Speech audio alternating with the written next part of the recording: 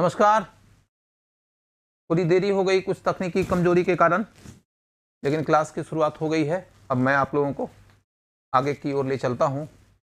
इसके पहले की बात हमारी आगे बढ़े, मैं आप लोगों का दर्शन कर लूं कौन कौन लोग क्लास में हो चुके हैं। मैं बस आप लोगों का चैट,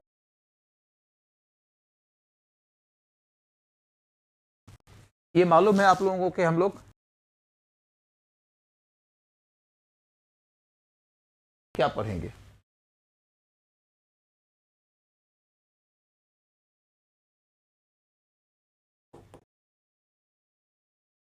एंशिएंट इंडियन हिस्ट्री,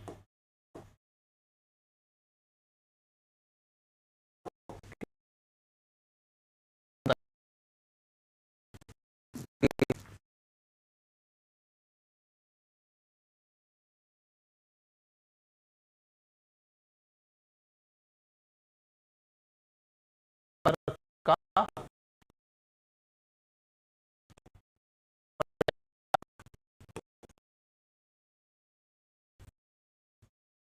जानकारी दे रहा हूं।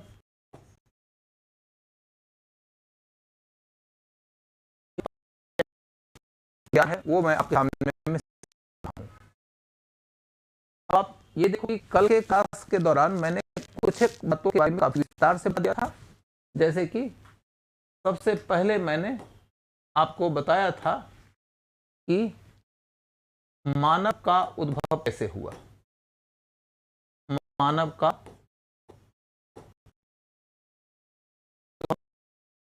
कैसे हुआ।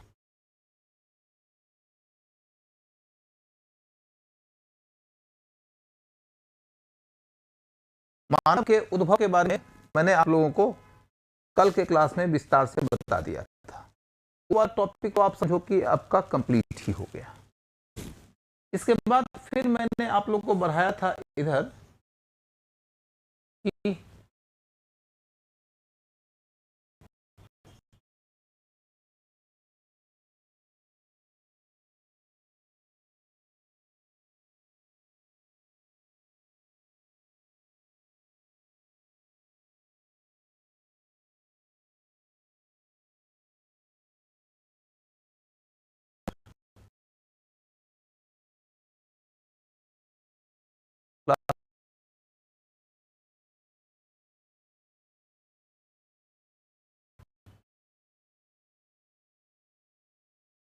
क्लास रुक रुक चल रही है सर। मेरे में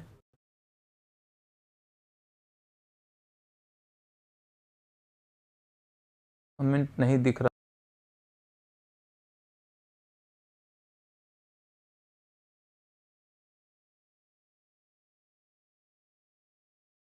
हर किसी के साथ में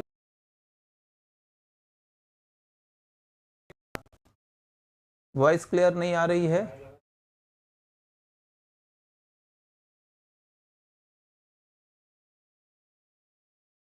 सर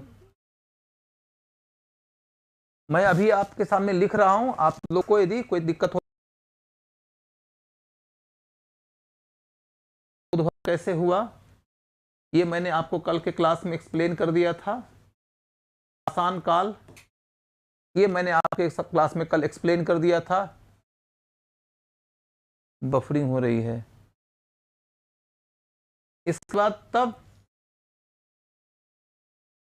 अगले टॉपिक की ओर आपको मैं ले चलूंगा, वह है सिंधु घाटी सभ्यता। सिंधु घाटी सभ्यता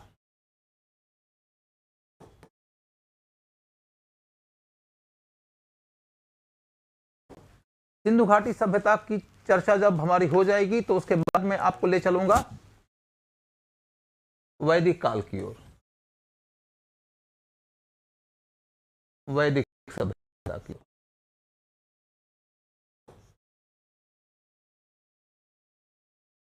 वैदिक काल की ओर।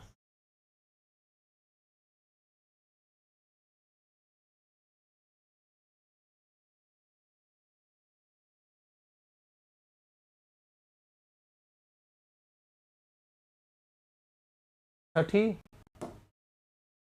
सदी ईसा पूर्व की ओर।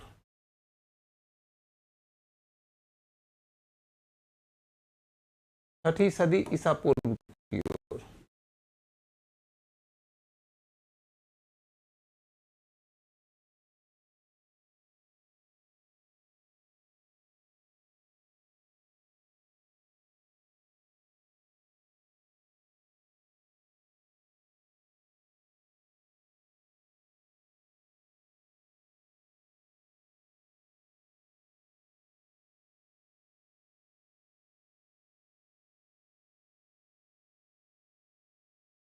इसके बाद फिर अगला है मौर्य।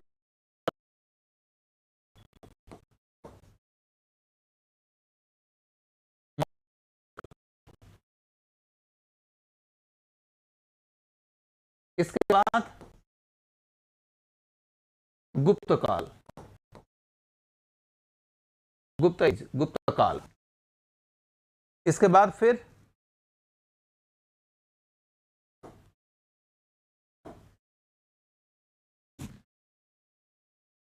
गुप्तोत्तर काल, गुप्तोत्तर काल, पोस्ट पीरियड।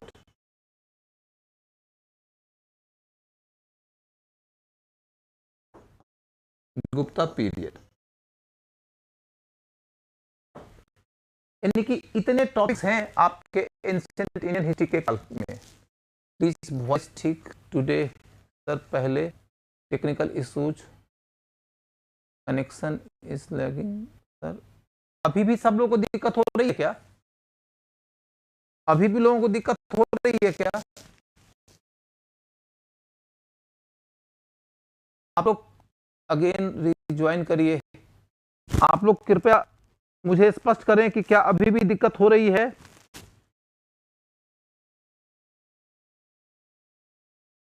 सर हैंग कर रहे हैं।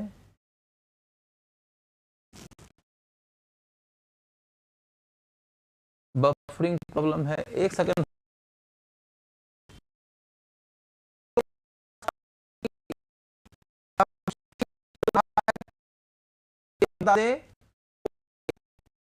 यदि है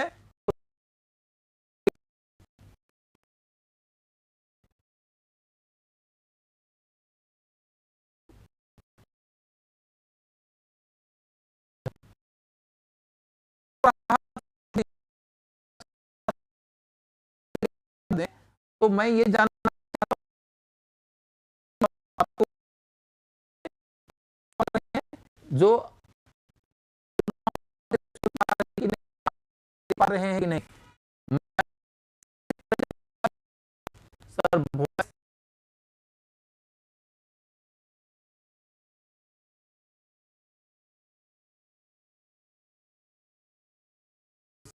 रहा है, एक सेकंड आप ये टाइम दीजिएगा, बस 1 मिनट का।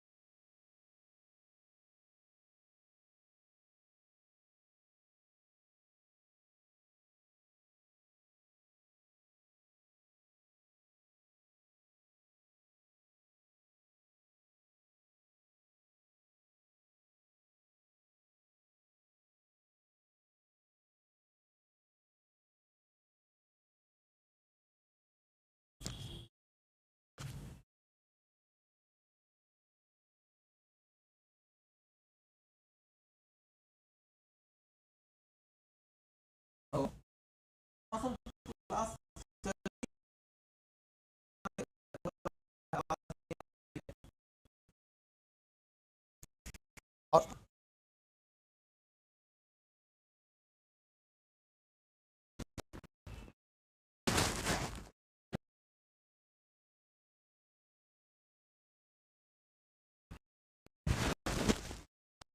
नहीं नहीं, सही बात है, आप ही से कोई बात है नहीं, इसमें नेटवर्क प्रॉब्लम आ रहा है। क्या करूँ अब बताओ?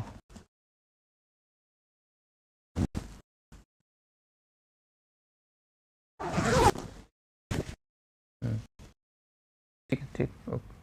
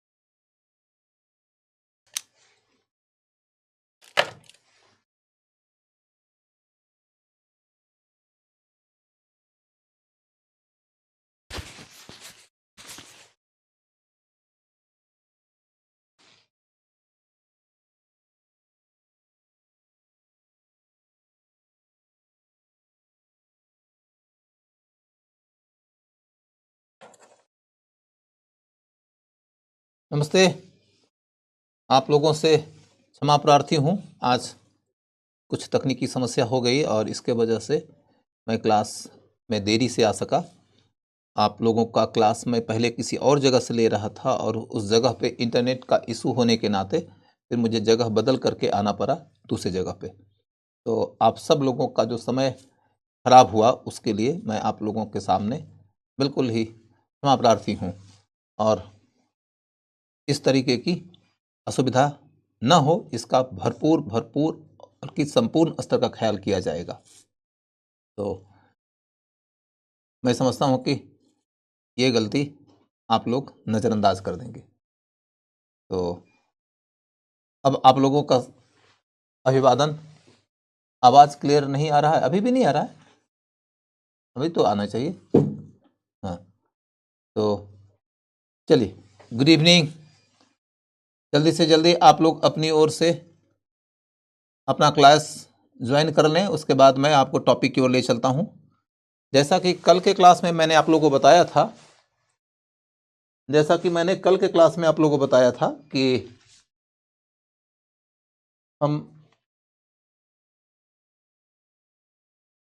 एंसेंट हिस्ट्री का टॉपिक पढ़ रहे थे और एंसेंट हिस्ट्री में हम लोगों ने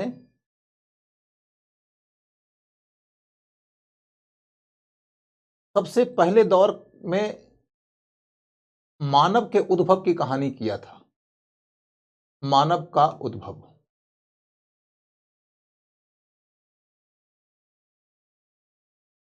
मानव के उद्भव के बारे में जितनी चर्चा चाहिए उतनी चर्चा हमने पर्याप्त रूप से कर लिया था। उसके बाद फिर दूसरे लेवल पर हम गए थे पाषाण काल की ओर।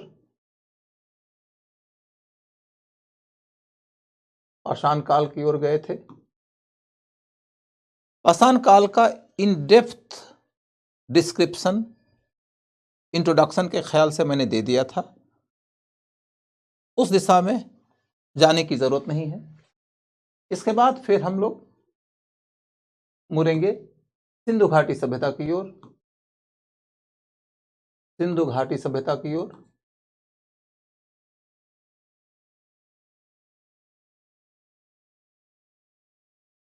सिंधु घाटी सभ्यता को करने के बाद फिर हम जाएंगे वैदिक काल की ओर।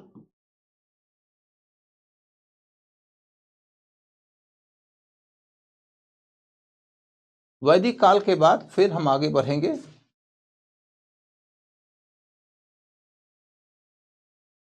छठी सदी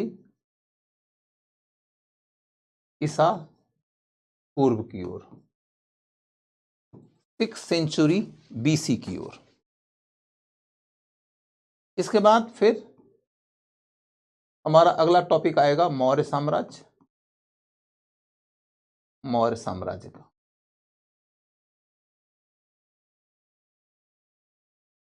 मौर्य साम्राज्य के बाद फिर टॉपिक आएगा मौर्योत्तर काल का।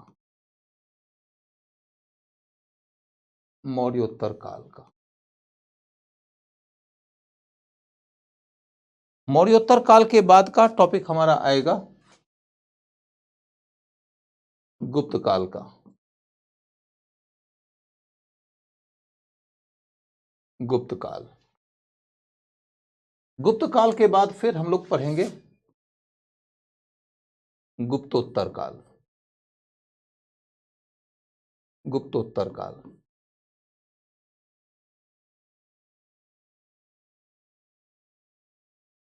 इसके साथ फिर देखना होता है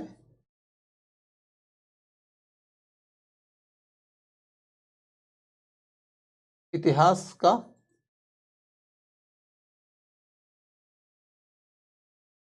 इतिहास के कालों का नामकरण। इतिहास के कालों का नामकरण। कुल मिलाकर ये 10 अध्याय हैं, जिन 10 अध्यायों के माध्यम से हमारा ये टॉपिक कंप्लीट हो जाएगा। मैंने आपके कल के क्लास का अंत यह कहते हुए किया था कि हम इस सेक्शन को 2 लेयर्स में पढ़ेंगे। पहले लेयर की पढ़ाई हम कर रहे हैं, ये हमारा आज कंप्लीट हो जाना चाहिए। और मैंने चाहिए शब्द का इस्तेमाल इसलिए किया क्योंकि आधे घंटे का टाइम बर्बाद हो गया आज का अपना। तो आधे घंटे में फिर भी कोई फर्क नहीं पड़ता है, हम इसे कंप्लीट कर लेंगे, जहां तक हो सके कंप्लीट कर लेंगे। यदि आधा घंटा हमारा छूट भी गया तो हम आधे घंटे का टाइम कल भी इसमें इन्वेस्ट कर लेंगे, लेकिन कल के क्लास के अंदर हम निश्चित तौर पर फिर इसके बाद के टॉपिक 1 की ओर जाएंगे, यानी कि लेयर 2 में जाएंगे। मेरे लेयर 1 एंड लेयर 2 में कोई टेक्निकल बात नहीं है, कोई कंफ्यूजन नहीं है। लेयर 1 में हम आपको किसी भी सब्जेक्ट के बारे में पहले इतना परिचय दे देते हैं कि आपके दिमाग से यह भय दूर हो जाए कि मेरा इस सब्जेक्ट में कोई बैकग्राउंड नहीं है, तो क्या मैं ये सब्जेक्ट अच्छा से कर सकता हूँ या कर सकती हूँ। आप में से कोई भी स्टूडेंट है, कोई भी लड़की है, कोई भी लड़का है, चाहे वह 12th पास किया हुआ है, चाहे वह ग्रेजुएट है, चाहे वह किसी भी विषय में ग्रेजुएट है, मैं जो टॉपिक पढ़ाऊँगा आपको समझ में आएगा। मैं इसी बात को ध्यान में रखते हुए 2 लेयर में बांट के पढ़ा रहा हूँ। पहले लेयर में सिर्फ और सिर्फ आपको बेसिक जानकारी दूंगा, दूसरे लेयर में आपके एग्जाम के लिए जितना रिक्वायर्ड डिग्री ऑफ डेप्थ रहेगा वो दे दूंगा। ठीक है, तो आप लोग अपने दोस्तों को भी सूचना दे दीजिए कि क्लास की शुरुआत हो गई है, जल्दी जल्दी लोग जुड़ जाएं। और मेरी ओर से सब लोगों को नमस्कार। और सबको नमस्कार करने के अलावा एक और सुझाव, ये क्लास में जब पढ़ाई हो रही हो तो ज्यादा बातें मत किया करो, समझ गए? चलो अब हम ये देखते हैं कि मानव के उद्भव का जो क्लास है वो हमने कल के ही अपनी चर्चा में कंप्लीट कर लिया था। मात्र 1 मिनट लगेगा, रिवाइज कर देता हूं। मानव के उद्भव के बारे में यह कि एक इवोल्यूशनरी प्रोसेस के तहत मानव आज तक पहुंचा है। पहले वह रामापिथेकस में था जब वह नर कपि था, फिर वह ऑस्ट्रेलोपिथेकस में आया, इसके बाद होमो इरेक्टस में, फिर निएंडरथल में और फिर होमो सेपियंस में। इस क्रम में उसके शरीर की संरचना विकसित होती गई और दिमाग की क्षमता भी बढ़ती गई। होमो सेपियंस आज का मानव है। आज के मानव के स्तर तक पहुंचने में बहुत लंबा समय लगा। तकरीबन आज से 34-35 हजार साल पहले होमो सेपियंस का उभार हुआ था। फिर जब हम इतिहास के अंदर कालखंडों के तहत जाते हैं तो सबसे पहला कालखंड इतिहास का पाषाण काल को माना जाता है। पाषाण काल इतिहास के पूरा ऐतिहासिक काल की श्रेणी में आता है।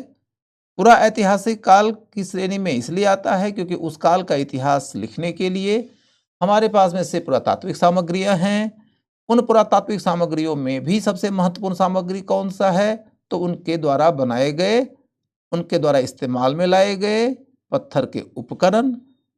इसीलिए उस काल का नाम ही पड़ गया पाषाण काल, स्टोन एज। इसको 3 चरणों में बांटा जाता है, पूरा पाषाण काल, मध्य पाषाण काल और नवपाषाण काल। पूरा पाषाण काल के जो लोग थे वो हंटिंग गैदरिंग किया करते थे और नवपाषाण काल के लोग जो है वो शिकार के जगह पर पशुपालन की ओर मुड़ गए और फूड गैदरिंग के जगह पर वो फूड प्रोडक्शन की ओर यानी कि एग्रीकल्चर की ओर मुड़ गए। पूरा पाषाण काल के लोग जो थे वो खाना बदोश होते थे। नवपाषाण काल के लोग जो हैं वह स्थिर जीवन जीने लगे, ग्रामीण जीवन जीने लगे, अपने घर में घर बना के रहने लगे, मिट्टी के बर्तन बनाने लगे। पूरा पाषाण काल से नवपाषाण काल के बीच का जो परिवर्तन दिखाई देता है वो परिवर्तन संक्रमण की एक प्रक्रिया से होते हुए विकसित हुआ है। संक्रमण के उसी काल को मध्य पाषाण काल कहा जाता है। यानी कि मोटे तौर पर देखो तो काल 2 ही है, पुराना वाला पाषाण काल और नया वाला पाषाण काल। बीच का एक काल जिसको संक्रमण काल कहा जाता है, जो पूरा पाषाण से नवपाषाण काल के अंदर जो परिवर्तन आए हैं उन परिवर्तनों की ओर यात्रा की शुरुआत करने वाला काल। क्लियर है? मैंने आपको मोटे तौर पर यह बैकग्राउंड बता दिया था।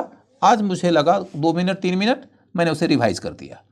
अब मैं आप लोगों को ले चलता हूं अगले टॉपिक की ओर। हमारा अगला टॉपिक है इंडस वैली सिविलाइजेशन का। इंडस वैली सिविलाइजेशन के बारे में आपको सबसे पहले देखो तो टॉपिक नंबर 10 से एक स्पष्टता मिलेगी। टॉपिक नंबर 10 में कहा गया है इतिहास के कालों का नामकरण। जैसे कि मैंने आपके एक काल का नाम रखा पाषाण काल। पाषाण काल का दूसरा नाम मैंने रखा पुरा ऐतिहासिक काल।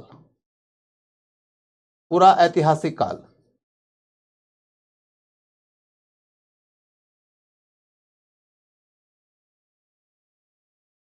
पुरा ऐतिहासिक काल।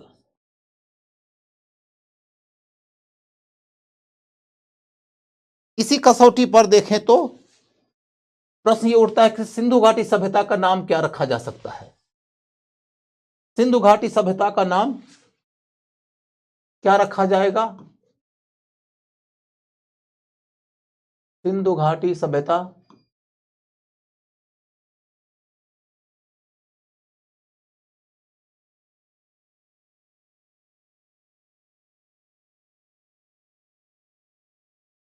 सिंधु घाटी सभ्यता का नाम यदि देखो तो सबसे पहला पॉइंट है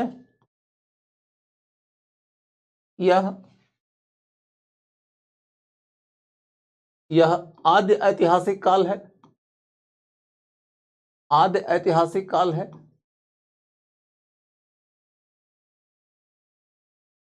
आद्य ऐतिहासिक काल है।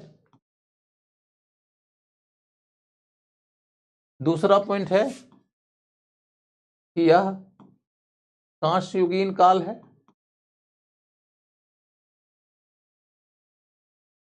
ब्रॉन्ज एज है। कांस्ययुगीन काल है, ब्रॉन्ज एज है। उसके बाद फिर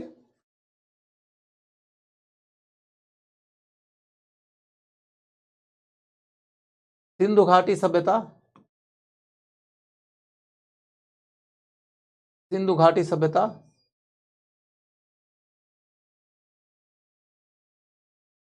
को हड़प्पा सभ्यता भी कहा जाता है। हड़प्पा सभ्यता भी कहा जाता है।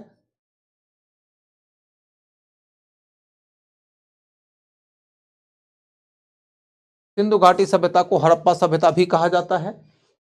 तो ये जो तीन बातें हुई, ये तीनों बातें हैं सभ्यता के नामकरण को लेकर। इसको किस नाम से बुलाया जाएगा, नामकरण के बारे में थोड़ी सी चर्चा मैं कल के क्लास में कर चुका था। ये देखो कि क्योंकि इस काल का इतिहास हम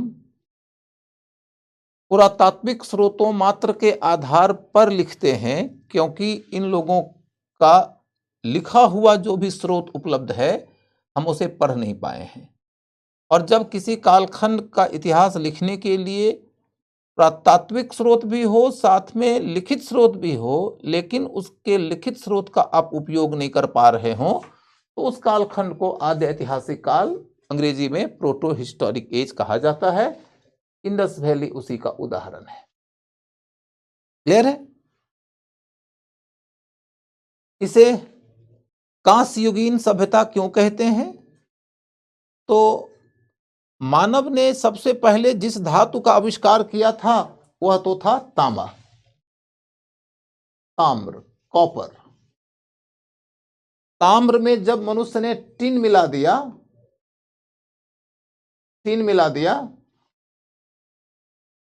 तब दोनों को मिला देने से बन गया कांस्य। दोनों को मिला देने से बन गया कांस्य। ताम्र में टिन को मिलाया तो बन गया कांस्य। इसी को क्या कहते हैं? कांस्य सभ्यता, ब्रॉन्ज एज का सिविलाइजेशन। ब्रॉन्ज एज का सिविलाइजेशन किस बात को रिप्रेजेंट करता है? टेक्नोलॉजिकल रेवोल्यूशन को, टेक्नोलॉजिकल रेवोल्यूशन को, यानी कि इंडस वैली सिविलाइजेशन के बारे में आपको यह समझना है कि ये एक ऐसा काल है जिस काल को आप टेक्नोलॉजिकल रेवोल्यूशन का काल कह सकते हैं। टेक्नोलॉजिकल रेवोल्यूशन का काल यदि हम कहते हैं तो उसका सबसे बड़ा प्रमाण ये है कि उन लोगों ने तांबे में टिन को मिला के कांस्य का निर्माण किया और कांस्य के उपयोग के आधार पर उन्होंने खूब आर्थिक प्रगति वगैरह किया। उनका एग्रीकल्चर, इंडस्ट्री, ट्रेड वगैरह खूब उन्नत हुआ। तो अभी तक में नामकरण को लेकर दूसरा मुद्दा कंप्लीट हो गया। तीसरा मुद्दा है कि सिंधु घाटी सभ्यता को हम हड़प्पा सभ्यता क्यों कहते हैं। इस शब्द का अर्थ आपको तब समझ में आएगा जबकि आप सिंधु घाटी सभ्यता की भौगोलिक जानकारी ले लेंगे कि कितने क्षेत्रों में यह सभ्यता फैली हुई थी। अब हम ये समझने की कोशिश करें कि सिंधु घाटी सभ्यता का काल क्या था, उनका क्षेत्र क्या था और इनकी प्रमुख विशेषताएं क्या थी। प्रमुख विशेषताएं क्या थी, इसके बाद फिर इनका पतन हो गया और फिर इनका योगदान भी हुआ।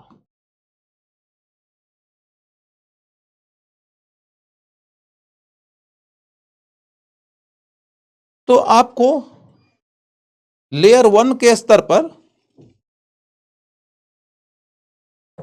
सिर्फ इतनी बात बता देता हूं कि सिंधु घाटी सभ्यता का आरंभ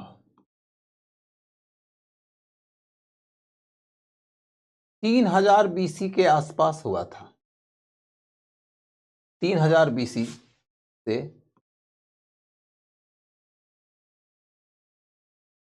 फिर इसकी परिपक्व अवस्था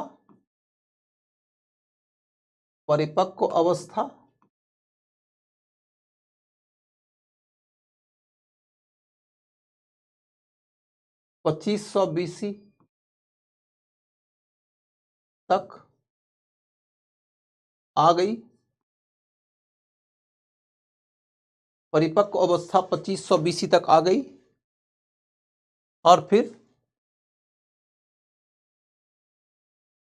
2000 बीसी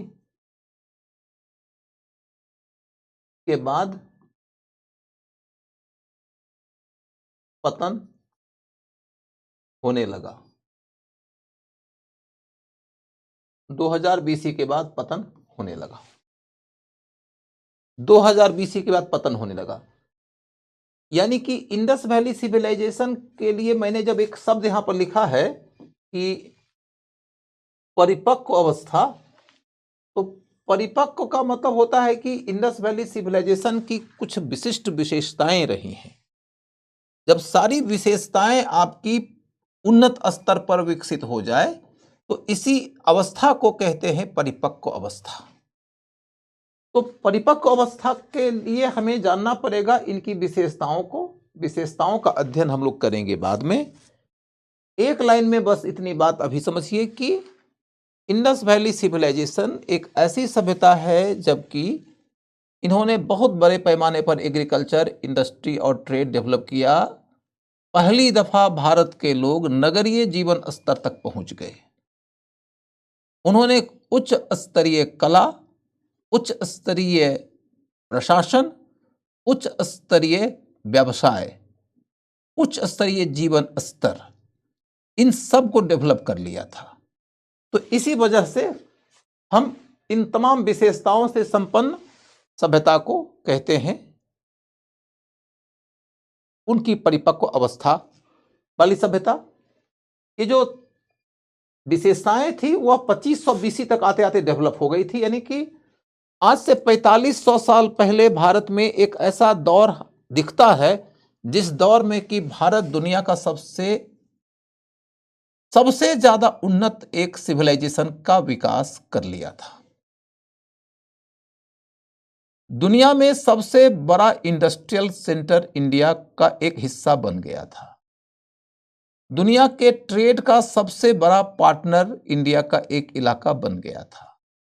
दुनिया के तमाम लोगों के बीच कंपैरिजन करिए तो सबसे एडवांस लिविंग स्टैंडर्ड जिन लोगों का था वो भारत के एक हिस्सा में रहने वाले लोग थे। वो कौन सा हिस्सा है? वही हिस्सा है जहां पर इंडस वैली सिविलाइजेशन का विकास हुआ। तो इंडस वैली सिविलाइजेशन का विकास हिंदुस्तान के उन तमाम क्षेत्रों में नहीं हुआ है जिसको आज हम भारत कहते हैं। तो उनका क्षेत्र कौन सा है उसकी चर्चा करते हैं 1 मिनट में। बस इतनी बात की, लगभग आज से 4500 साल पहले हम एक ऐसी अवस्था में थे कि जैसी अवस्था दुनिया में और किसी देश की नहीं थी। दुनिया के और भी कई सारे हिस्सों में ब्रॉन्ज का उपयोग हो रहा था, और भी कई सारे हिस्सों में नगरीय जीवन स्तर का विकास हो गया था, और भी कई सारे हिस्सों में जीवन स्तर उन्नत हुआ था, लेकिन इंडस वैली सिविलाइजेशन की तो बात ही कुछ और है। इंडस वैली सिविलाइजेशन उस समय दुनिया में सर्वोत्तम था। तो इस तरीके से यह सर्वोत्तम अवस्था लगभग 500 वर्षों तक बनी रही। उसके बाद फिर उनके अंदर पतन की शुरुआत हो गई। धीरे धीरे उनकी विशेषताओं का पतन हो गया। इसी को बोला जाता है इंडस वैली सिविलाइजेशन का पतन। अब बात ये निकल कर आती है कि इनका क्षेत्र कौन सा है। इंडस वैली सिविलाइजेशन के क्षेत्र के बारे में आप मोटे तौर पर लिखो, मांडा जो जम्मू में है, मांडा से दाइमाबाद तक, दाइमाबाद जो कि महाराष्ट्र में है,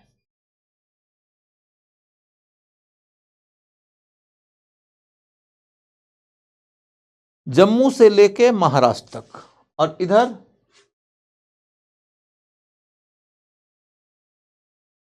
तोतकांगेडोर एक जगह है, तोतकांगेडोर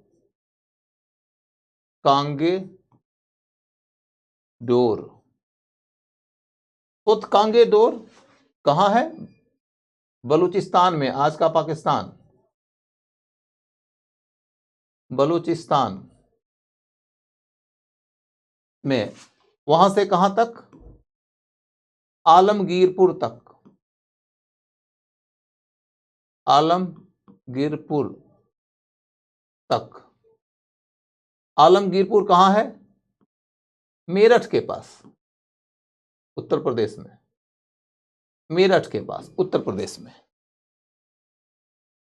कुल मिलाकर आप देखो तो इंडस वैली सिविलाइजेशन जो है वह इस बड़े भूखंड में विकसित हुआ था। उस समय दुनिया में और भी कई सभ्यताएं थी, चाहे वह मेसोपोटामिया में हो, मेसोपोटामिया माने आज का इराक, चाहे वह ईरान में हो। उन तमाम सभ्यताओं की तुलना में सबसे ज्यादा विस्तृत भी यही थी और विकसित भी। तो विश्व में सबसे ज्यादा विस्तृत भी और विकसित भी।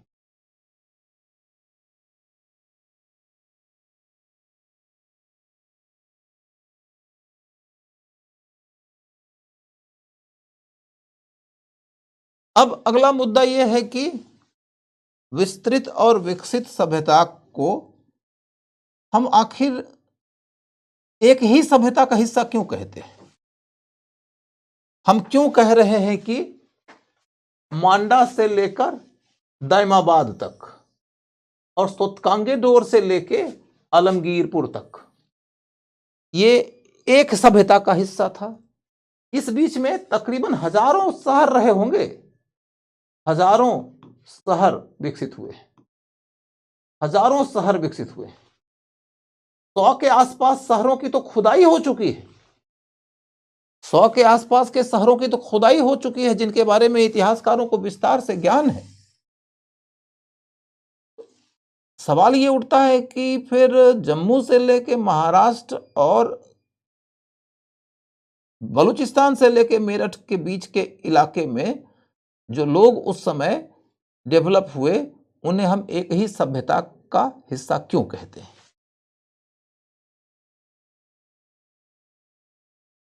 दाओ जले हार्डिंग वगैरह बेटा मेघालय में है, हम मेरठ की बात कर रहे हैं। कहाँ मेरठ, कहाँ मेघालय, क्या जोर देते हो? दाओ जले हार्डिंग वगैरह पाषाण काल का है, उसको मत बोलो अभी। तो अब देखो कि हम इन्हें एक सभ्यता का हिस्सा इसलिए कहते हैं क्योंकि इनकी जीवन पद्धति एक जैसी थी। इनकी जीवन पद्धति एक जैसी थी।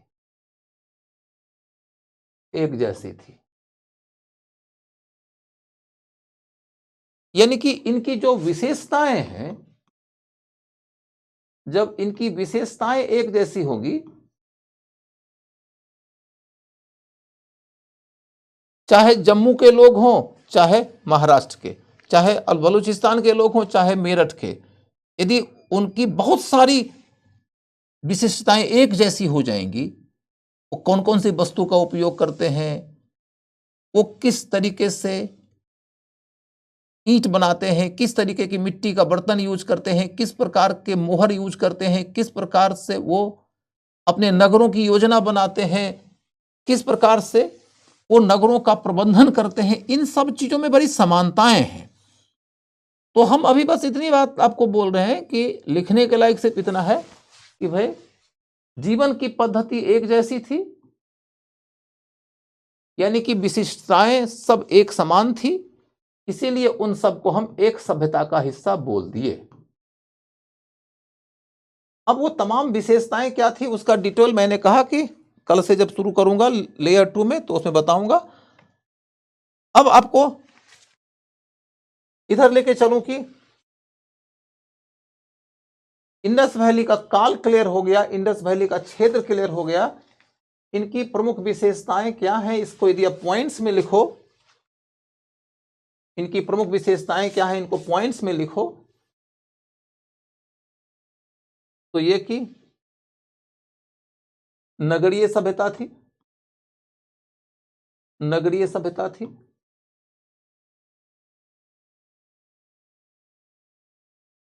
नगर नियोजित नगर बसाए थे। इसके बाद अंतरराष्ट्रीय व्यापार करते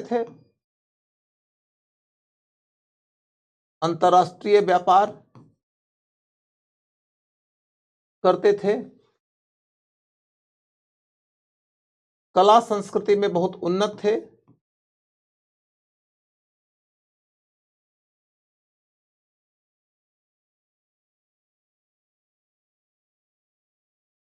विस्तृत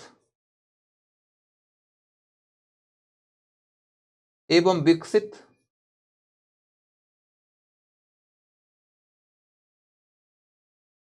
ब्रैकेट में लिखना सबसे ज्यादा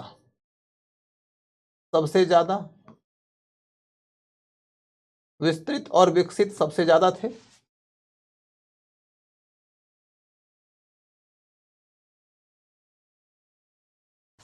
इससे ज्यादा विशेषताओं के बारे में पहले राउंड में पढ़ने की जरूरत नहीं है। अभी सिर्फ एक विशेषता और लिख लो, वह है कि ये नदी घाटी सभ्यता थी। नदी घाटी सभ्यता थी।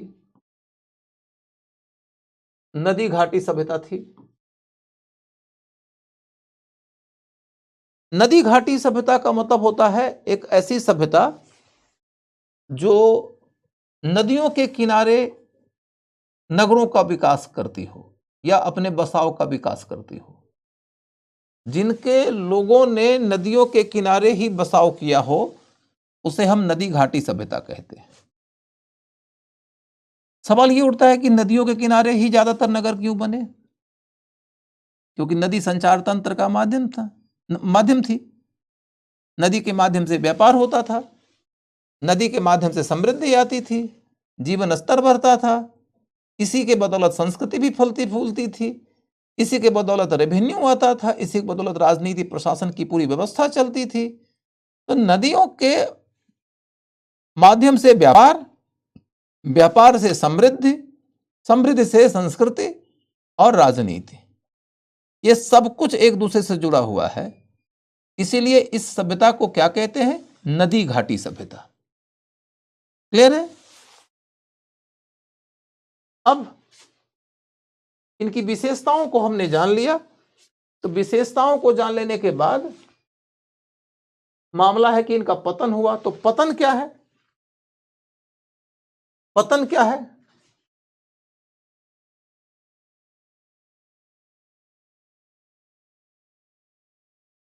पतन क्या है? तो पतन का मतलब हुआ इनकी विशिष्टताओं का पतन, इनकी विशिष्टताओं का पतन, इनकी विशिष्टताओं का पतन।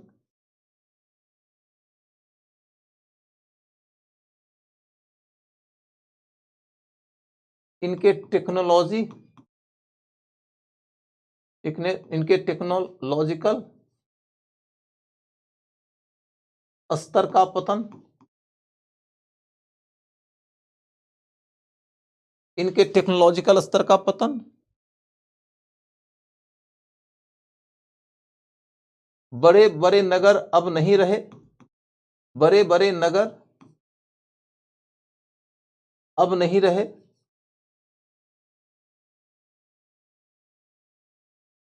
बड़े पैमाने पर नगर अब नहीं रहे, बड़े पैमाने पर नगर नहीं रहे।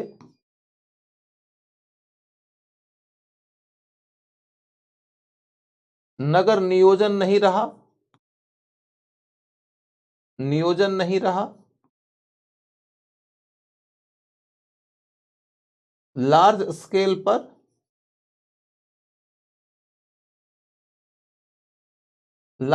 पर क्षेत्रीय और लार्ज स्केल पर क्षेत्रीय और अंतर्राष्ट्रीय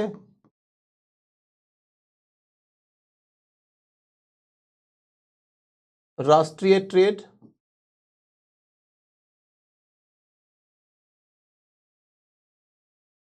नहीं चलता था। लार्ज स्केल पर जो पहले विभिन्न क्षेत्रों में भारत में एक दूसरे से ट्रेड चलता था और इंटरनेशनल लेवल का जो ट्रेड चलता था, अब वो नहीं रहा। उसके बाद फिर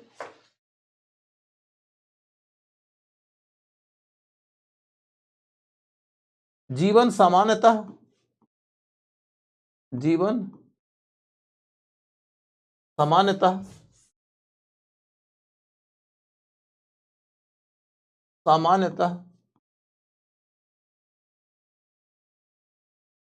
ग्रामीण और ताम्रपाषाणिक स्तर तक पहुंच गया। ताम्रपाषाणिक स्तर तक पहुंच गया।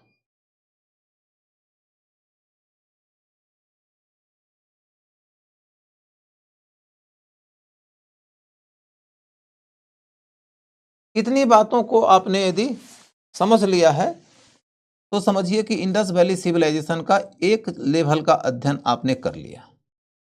मैं इसी को आपके सामने फिर से रिवाइज करके रखता हूं। सबसे पहला पॉइंट ये कि इंडस वैली सिविलाइजेशन को हमने क्या नाम दिया? यह आदि ऐतिहासिक काल है। दूसरा, यह कांस्य युगीन काल है। तीसरा कि इस सभ्यता का एक नाम है इंडस वैली सिविलाइजेशन और इसी को कुछ लोग हड़प्पा सभ्यता भी कहते हैं। इंडस वैली सिविलाइजेशन इसका नाम इसलिए पड़ा क्योंकि इस सभ्यता के शुरुआती नगर हमें या तो सिंधु नदी के किनारे मिले या तो सिंधु की जो सहायक नदियां हैं उनके किनारे मिले। सिंधु नदी या सिंधु की सहायक नदियों के किनारे ही हमको इनके आरंभिक सारे नगर मिले, तो इतिहासकारों ने इसका नाम रख दिया सिंधु घाटी सभ्यता। लेकिन बाद के काल में हमें महाराष्ट्र तक इस सभ्यता के नगर मिलने लगे। राजस्थान, गुजरात, महाराष्ट्र, हरियाणा, उत्तर प्रदेश, इन सब क्षेत्रों में तो सिंधु नदी या उसकी सहायक नदियां नहीं बहती हैं। गजब पढ़ाते हैं, कॉन्सेप्ट क्लियर हो जाता है। Thank you sir. अरे बेटा, अभी तो शुरुआत हुई है, तो कॉन्सेप्ट क्लियर करने के साथ साथ परीक्षा क्लियर करा दूंगा, इस बात की गारंटी देता हूं। मजा आ जाता है आपसे पढ़ के। थैंक यू सो मच बेटा, thank you so much, love you. तो मैं आपको ये बोल रहा हूं कि जब इनकी सभ्यता इतने दूर तक फैल गई है, तो फैली हुई सभ्यता के तहत इंपॉर्टेंट बात यह है कि वहां तो न सिंधु नदी जाती है, न उनकी सहायक नदियां जाती हैं, तो फिर ऐसे क्षेत्र को हम सिंधु घाटी सभ्यता कैसे कहें? तो इसी विवाद के कारण पुरातत्ववेत्ताओं के बीच में से एक ओपिनियन निकल कर आया कि इसका नाम हड़प्पा सभ्यता रख देना चाहिए। प्रश्न ये उठता है कि हड़प्पा सभ्यता क्यों?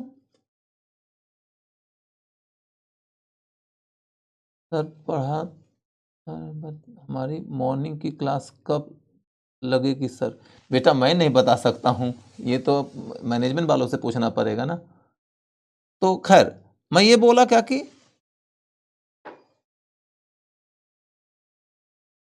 सर हड़प्पा सभ्यता शब्द का नामकरण सिर्फ और सिर्फ इसलिए पड़ा क्योंकि हड़प्पा सभ्यता पुरातत्ववेत्ताओं के सुझाव के मुताबिक आया है, क्योंकि इस सभ्यता के जिस शहर की खुदाई सबसे पहले हुई है उसी के आधार पर नामकरण कर दिया जाए, ऐसा सुझाव आया।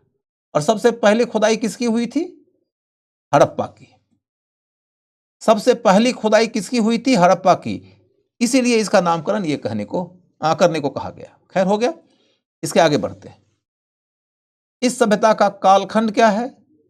तो मेच्योर फेज में हड़प्पा सभ्यता या इंडस वैली सिविलाइजेशन हमें 2500 बीसी तक आते नजर आती है।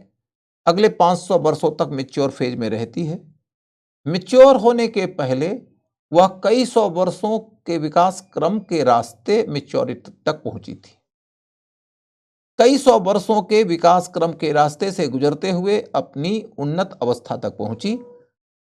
500 वर्षों तक अपनी उन्नत अवस्था में रही, फिर धीरे धीरे पतन की ओर मुड़ी और कई सौ साल के दौरान इसका पतन हो गया।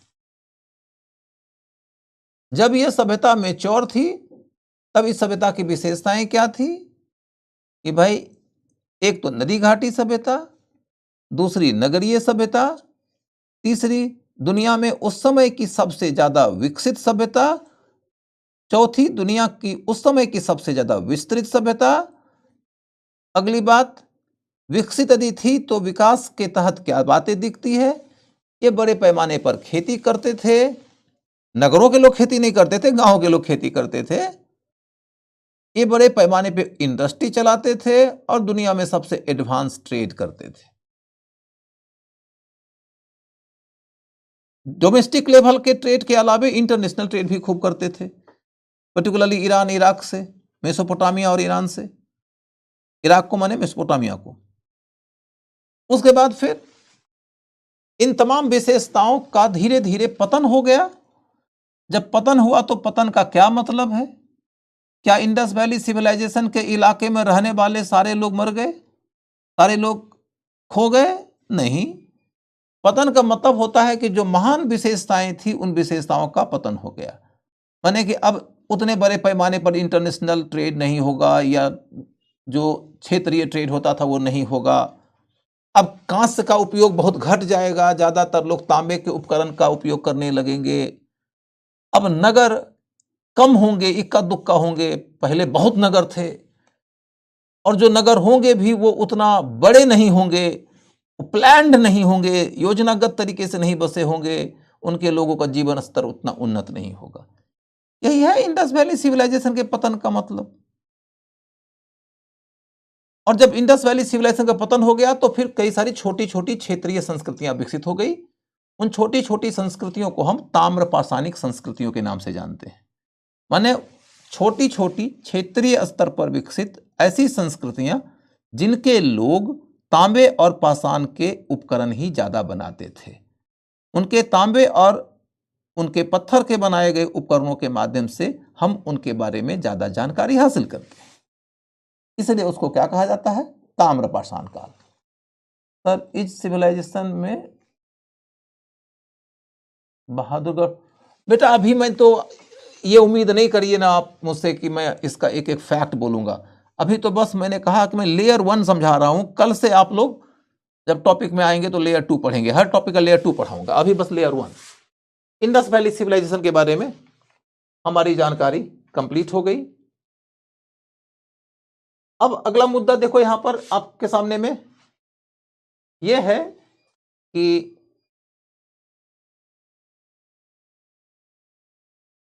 वैदिक काल क्या है।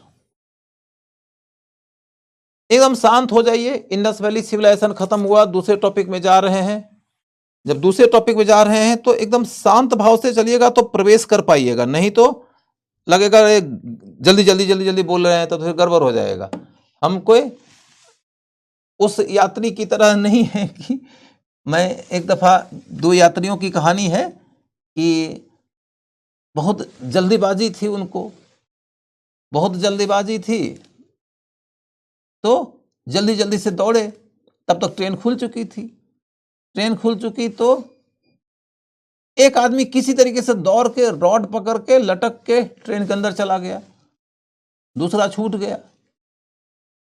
ट्रेन के अंदर बैठे हुए सारे पैसेंजर्स ने उनको पहले तो फटकारा, उसके बाद बोला कि चलो कोई बात नहीं, रिस्क लिए लेकिन ट्रेन तो पकड़ लिए।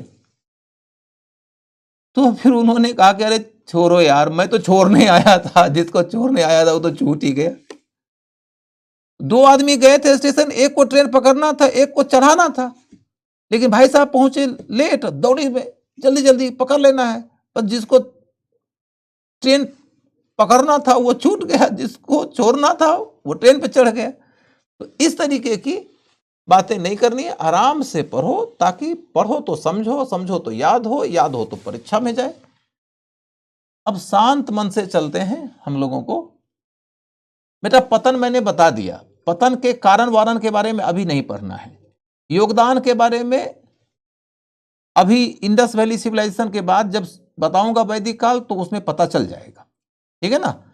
तो वरी नोट। तो अब देखो आप, सिंधु घाटी सभ्यता के बाद वैदिक सभ्यता।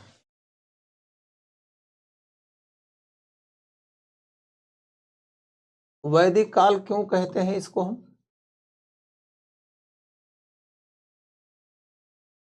वैदिक काल में सबसे पहला पॉइंट नाम,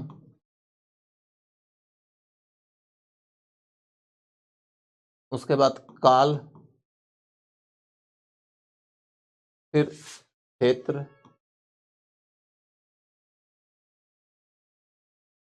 फिर विशेषताएं,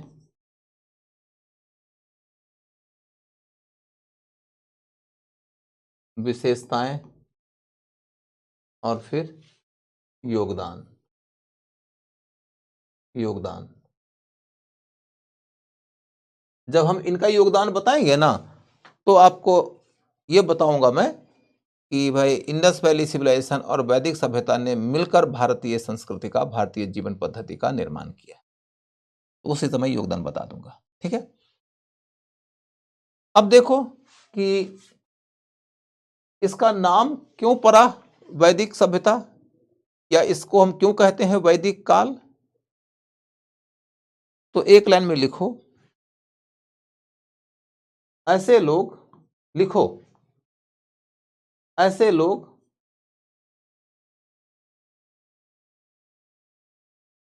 जिनके बारे में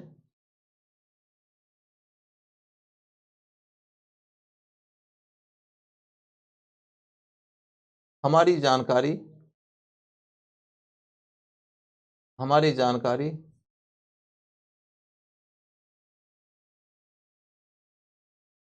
मुख्यतः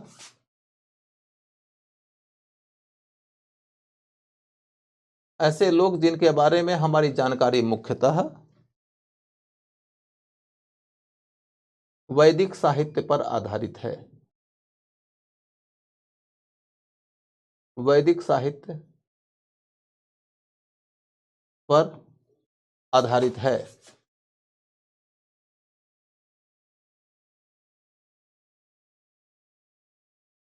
तो आपको यदि कोई भी पूछ देगा कि वैदिक युग कहने का मतलब क्या हुआ, या वैदिक संस्कृति या वैदिक सभ्यता कहने का मतलब क्या हुआ,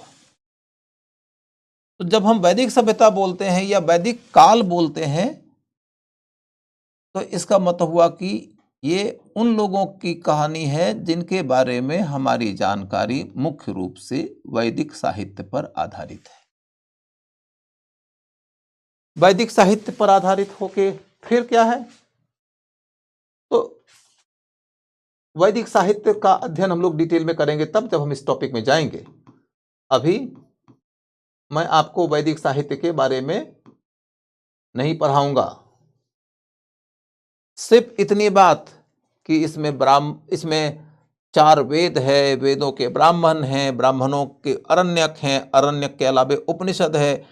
तो संहिता, ब्राह्मण, अरण्यक, उपनिषद, ये 4 तरह के साहित्य को ही वैदिक साहित्य कहते हैं। लेकिन इनके अंदर का डिटेल लेयर 2 में पढ़ेंगे। दूसरी बात यह है कि इनकी रचना कब हुई, इनकी रचना कब हुई, इनके रचनाकार कौन थे और वो कौन से क्षेत्र में रहते थे, और फिर जब हम उनके साहित्य को पढ़ते हैं तो हमको उनके जीवन के बारे में क्या जानकारी मिलती है, जीवन के बारे में क्या जानकारी मिलती है। यही 4 बातें हमारे लिए जानने योग्य हैं। तो रचना कब हुई, वैदिक साहित्य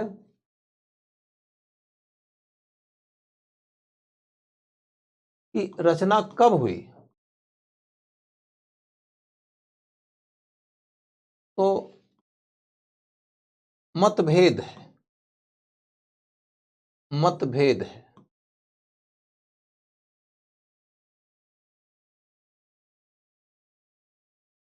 मैक्स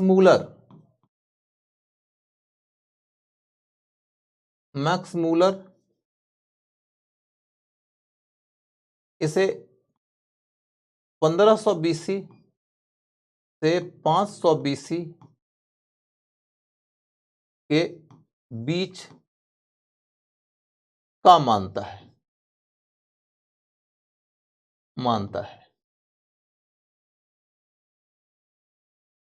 ये बड़ी गंभीर बात बोल रहा हूं और हो सकता है कि आप सारे फैक्ट याद करके चले जाओ परीक्षा में और सामान्य कॉन्सेप्ट पर क्वेश्चन पूछ दे और आपसे गलत हो जाए।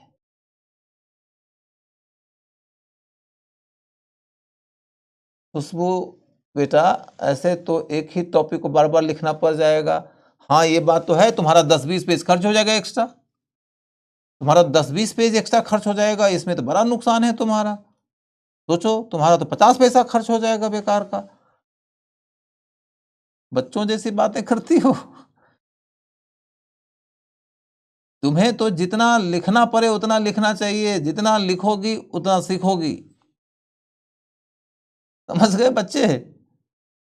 तो ऐसे में तो दोबारा लिखना पड़ेगा। दोबारा नहीं बेटा, तुमको एग्जाम के दिन तक कम से कम 5 बार लिखना पड़ेगा, तब जाके तैयारी होगी तुम्हारी।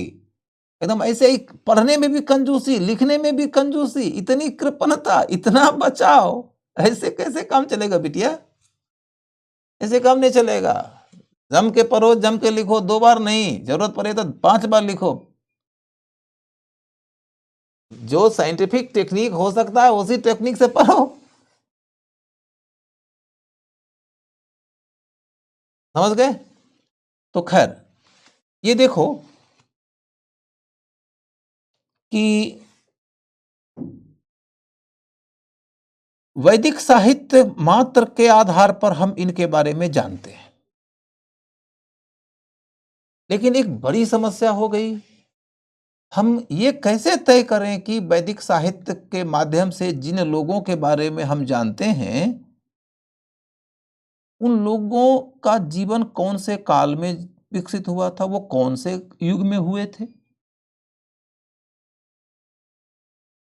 साहित्य पढ़ते हैं तो पता चल जाता है कि उनकी अर्थव्यवस्था कैसी थी, उनका समाज कैसा था, उनकी संस्कृति कैसी थी, उनकी राजनीति कैसी थी, ये सब हम पता कर सकते हैं, मोटा मोटी कुछ ज्ञान हो जाता है। लेकिन सबसे बड़ा कंफ्यूजन ये है कि जिन लोगों के बारे में पढ़ रहे हैं ये लोग कब हुए थे, इसका सिर्फ अनुमान लगाया जा सकता है। और जब अनुमान लगाओगे तो बताओ सबके सब लोग एक ही अनुमान तक पहुंचेंगे? नहीं, मतभेद हो जाएगा, कोई कुछ बोलेगा कोई कुछ बोलेगा। कुछ लोग कहते हैं कि वैदिक साहित्य की रचना करने वाले लोग 5-6 हजार साल पहले के लोग हैं, लेकिन मैक्स मूलर नाम का एक जर्मन विद्वान है जिसने कहा कि वैदिक साहित्य की रचना तकरीबन 1500 बीसी से 500 बीसी के बीच में हुई है। क्योंकि ज्यादातर इतिहासकारों ने इसी मैक्स मूलर के द्वारा दिए गए ब्यौरे को ही अपनाया है। आप लोगों का जो पाठ्यक्रम तैयार हुआ है वो भी मैक्स मूलर के द्वारा दिए गए ब्यौरे के आधार पर ही तैयार हुआ है। इसलिए हम मैक्स मूलर के बारे में तो बता दिए कि मैक्स मूलर ने क्या कहा है, लेकिन जब रटेगा ना कोई बच्चा तो कमीशन वाला पूछ देगा कि वैदिक साहित्य की रचना को लेकर सामान्य तौर पर इतिहासकार एक मत हैं। स्टेटमेंट सही है कि गलत? वैदिक साहित्य की रचना के काल को लेकर सामान्य तौर पर इतिहासकार एक मत हैं, सही कि गलत? गलत। इसमें तो मुंडे मुंडे मतर भिन्ना है, अनेक लोग हैं अनेक बातें कहते हैं। तो एक मुद्दा हो गया आपका। तब अगला मुद्दा है कि इसकी रचना किसने किया था? तो कहते हैं आर्य ने किया था। आर्य लोगों ने वैदिक साहित्य की रचना किया था। आर्य कौन थे? तो आर्य के बारे में कहा जाता है कि एक भारोपीय भाषा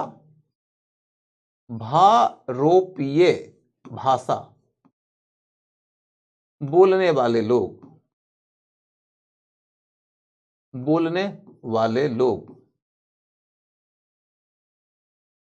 वो लोग जो भारतीय यूरोपीय भाषा बोलते थे, माने भारत और यूरोप में जो आज की भाषाएं विकसित हुई हैं उन भाषाओं के जो ओरिजिनल जन्मदाता लोग हैं वो आर्य थे। आर्यों की एक शाखा भारत की ओर आती है, एक शाखा यूरोप की ओर जाती है। आर्यों की एक शाखा मध्य एशिया में रह जाती है। तो मध्य एशिया, यूरेशिया, यूरोप, एशिया, इन तमाम क्षेत्रों में आर्यों का प्रसार हुआ। और आर्य लोग जो भाषा बोलते थे वो अपनी भाषा लेकर जिस भी इलाके में गए वहां के मुताबिक उनकी भाषा का स्वरूप बदलता गया। और इसी वजह से देखोगे कि यूरोप की कई भाषा और संस्कृत भाषा में आज की तिथि में भी कई सारी समानताएं हैं। यूरोप की कई सारी भाषा में और संस्कृत भाषा में समानताएं मिलेंगी तुमको। तुम सोचो, हम बोलते हैं पिता, अंग्रेज बोलते हैं फादर, जर्मन बोलते हैं पुटेर। हम बोलते हैं माता, अंग्रेज बोलते हैं मदर, जर्मन बोलते हैं मुटेर। फादर पिता पुटेर, माता मदर मुटेर। समानताएं दिख रही है आपको? क्योंकि इनके ओरिजिनेटर आर्य थे। तो आपसे क्वेश्चन पूछा जाएगा कि आर्य शब्द का मतलब क्या है। तो आज आर्य कौन थे? तो एक भाषा परिवार के लोग थे, एक विशिष्ट भाषा परिवार के लोग थे। इसके अलावे आर्य शब्द का एक अर्थ होता है सज्जन, सज्जन या महान। हे आर्य पुरुष माने हे महापुरुष, या जब आप कहते हैं ना आज के डेट में देवियों एवं सज्जनों, तो आर्यों का मतलब वहां पर हो गया जेंटलमैन टाइप का, जेंटलमैन टाइप का। तो आर्य शब्द का मतलब इतना ही है।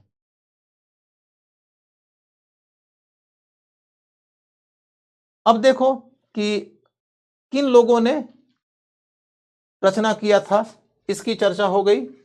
इनका क्षेत्र कौन सा था और इनके जीवन के बारे में कुछ जानकारी। यदि हम ये देखें कि इनका क्षेत्र कौन सा है, क्षेत्र का मतलब क्या? वैदिक साहित्य के आधार पर हम जिन लोगों के बारे में जानते हैं उन लोगों का क्षेत्रीय एरिया कौन सा था, माने वो लोग कौन से एरिया में रहते थे, हम उसकी पहचान करें। तो 1000 वर्षों के दौरान, 1000 वर्षों के दौरान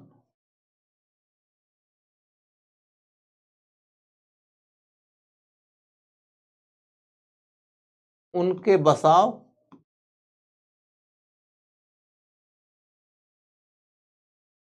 और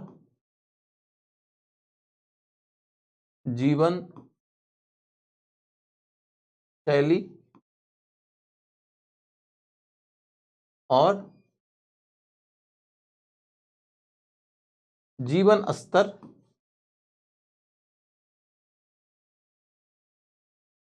में कई स्तरों पर परिवर्तन आया,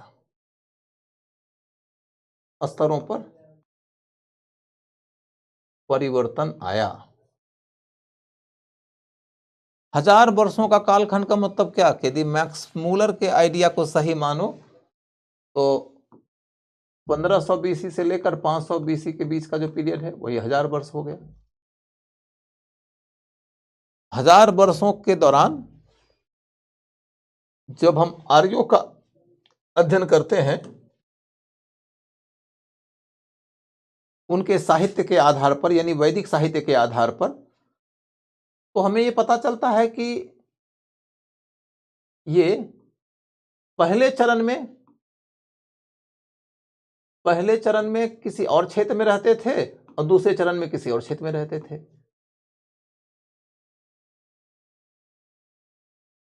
यानी कि इनके बसाव का एरिया या इनका इकोनॉमिक लाइफ, इनका सोशल लाइफ, इनका कल्चरल लाइफ, इनका पॉलिटिकल लाइफ, ये 1000 सालों तक एक जैसा नहीं था, इसमें परिवर्तन होता रहा था।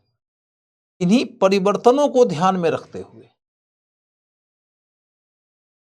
इतिहासकारों ने वैदिक काल को 2 भागों में बांट दिया। वैदिक काल को 2 भागों में बांट दिया। पहले को कहते हैं पूर्व वैदिक काल, पूर्व वैदिक काल, और दूसरे को कहते हैं उत्तर वैदिक काल, उत्तर वैदिक काल।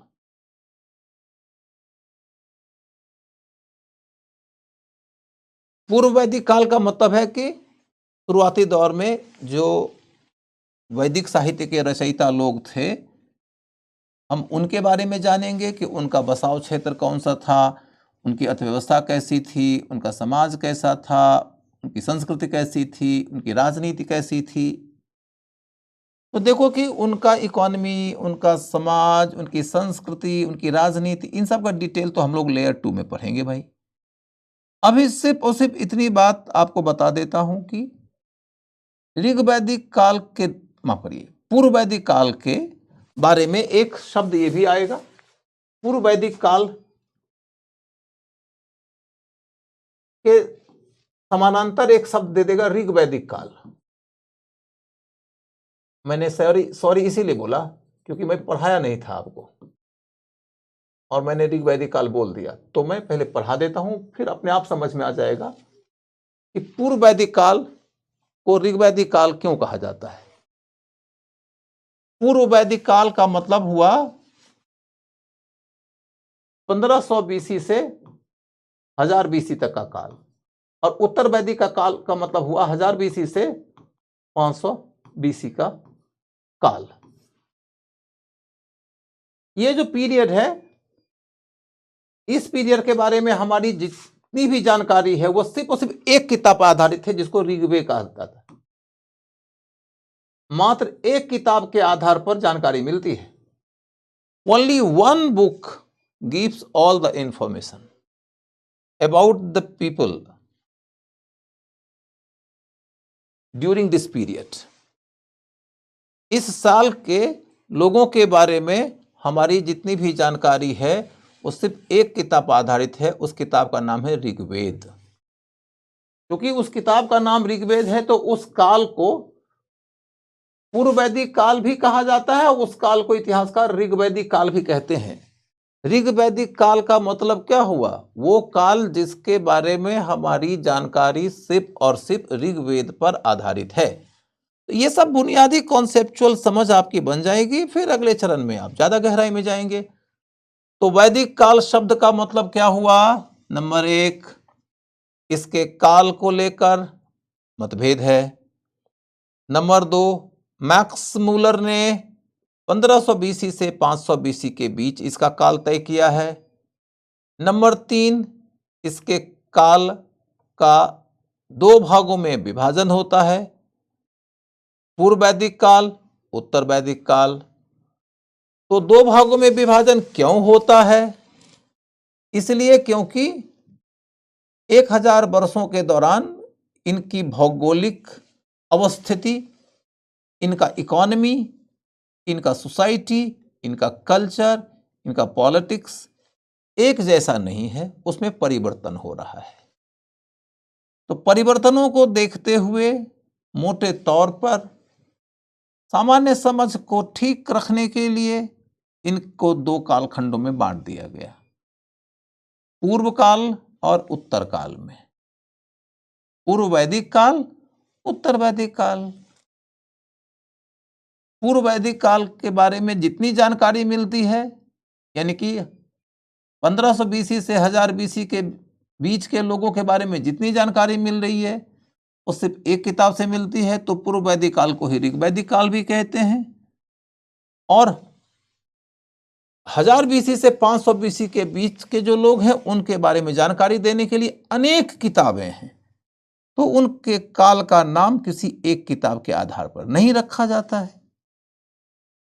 तो आपके दिमाग में अब कालखंड को लेके तो जानकारी स्पष्ट हो गई। कालखंड, स्पीड बढ़ाइए, स्पीड बढ़ाइए, स्पीड बढ़ाइए। इस चीज का स्पीड बढ़ाए भाई। क्लियर है? अब देखो कि इन वैदिक साहित्य की रचना करने वाले लोग कौन थे? तो लोग आर्य थे। आर्य माने कौन? तो भारतीय यूरोपीय भाषा परिवार को बिलोंग करने वाले लोग। और आर्य शब्द का एक अर्थ यह भी होता है कि सज्जन पुरुष, महान पुरुष, बस। तो नाम हो गया, काल हो गया। क्षेत्र के बारे में अभी सिर्फ इतनी बात की पूर्व वैदिक काल के दौरान इनका जो क्षेत्र था वो वही था जो इंडस वैली सिविलाइजेशन का दौर था।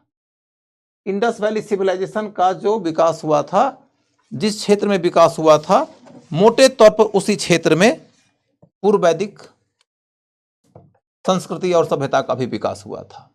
अभी क्षेत्रीय डिटेल में ज्यादा नहीं जाऊंगा, बस इतना कि पूर्व वैदिक काल का जो इलाका है मोटे तौर पर अफगानिस्तान से लेके मेरठ तक है। अफगानिस्तान से लेके मेरठ तक है। अफगानिस्तान से लेके मेरठ तक, या कह सकते हैं कि वेस्टर्न यूपी तक। और जब उत्तर वैदिक काल की ओर जाओगे तो आपको लगेगा कि गंगा के किनारे किनारे इनका खूब प्रचार प्रसार हो गया। उत्तर वैदिक काल में जाओगे तो गंगा के किनारे,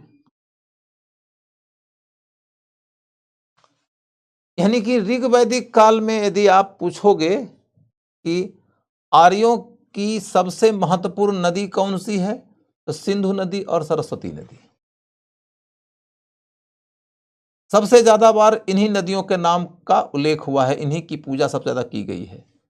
और उत्तर वैदिक काल में आओगे तो कौन सी नदी, तो गंगा, गंगा के साथ में फिर यमुना, लेकिन सबसे ज्यादा गंगा, सबसे ज्यादा गंगा। तो उत्तर वैदिक काल में फिर गंगा नदी के किनारे सभ्यता का विकास होने लगा।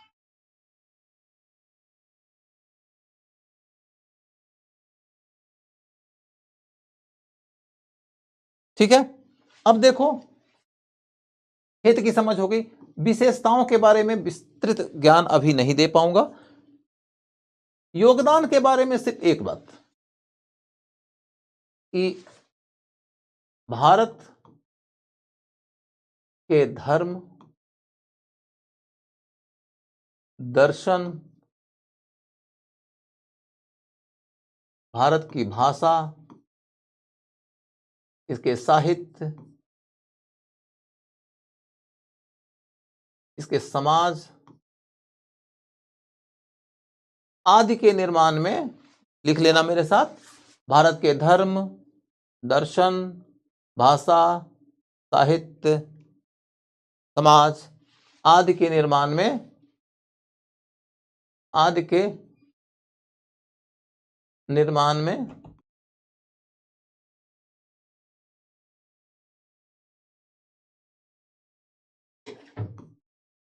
वैदिक सभ्यता की अहम भूमिका थी। वैदिक सभ्यता की अहम भूमिका थी।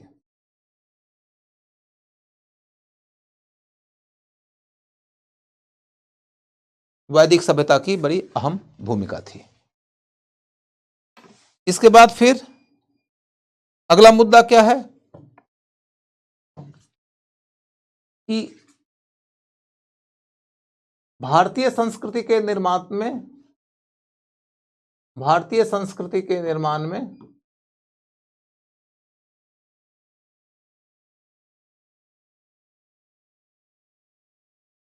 भारतीय संस्कृति के निर्माण में वैदिक और सैंधव माने सिंधु वाले, वैदिक और सैंधव संस्कृतियों का योगदान सर्वाधिक था। संस्कृतियों का योगदान सर्वाधिक था।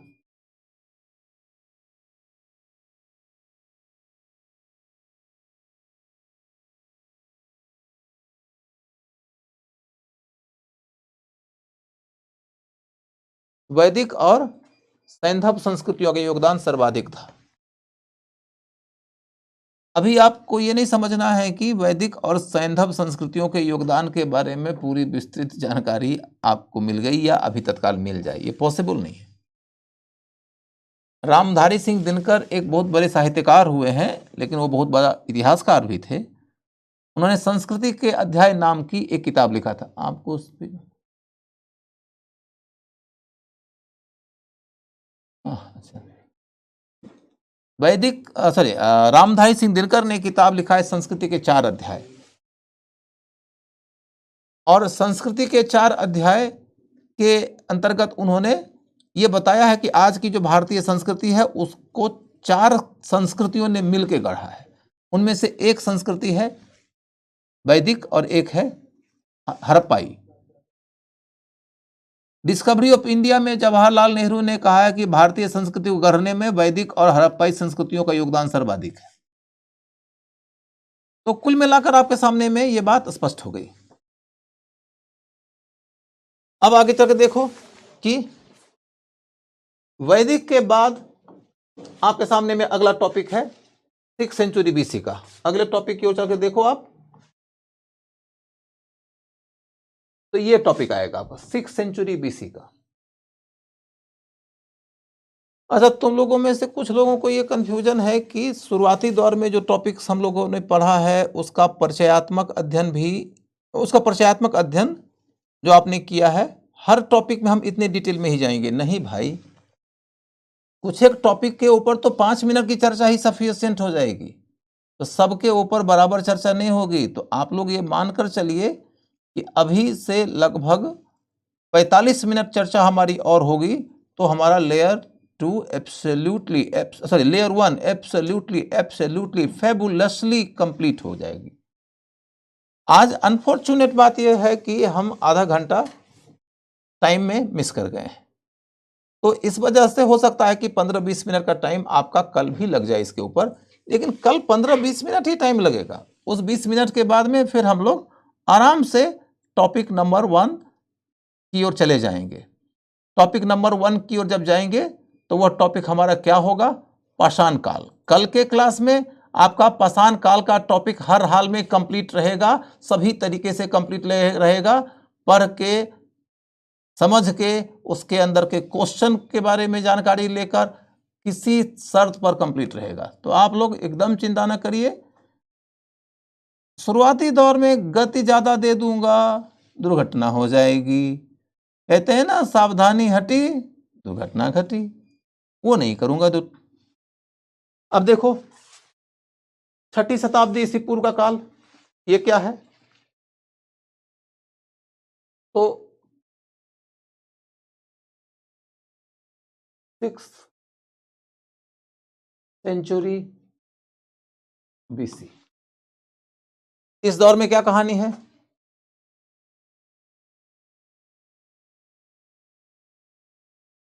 इस दौर में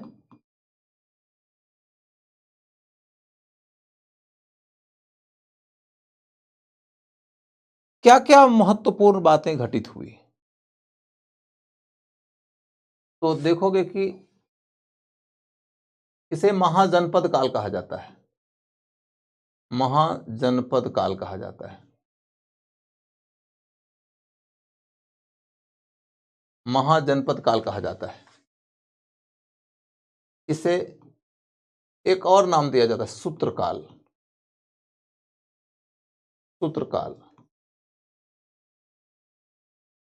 फिर इसे एक और नाम दिया जाता है, बौद्धिक आंदोलन का काल।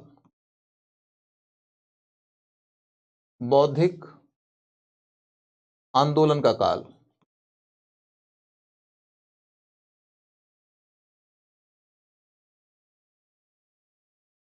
या बौद्धिक आंदोलन को दूसरा नाम भी दिया जाता है, धर्म सुधार आंदोलन का काल। धर्म सुधार आंदोलन का काल।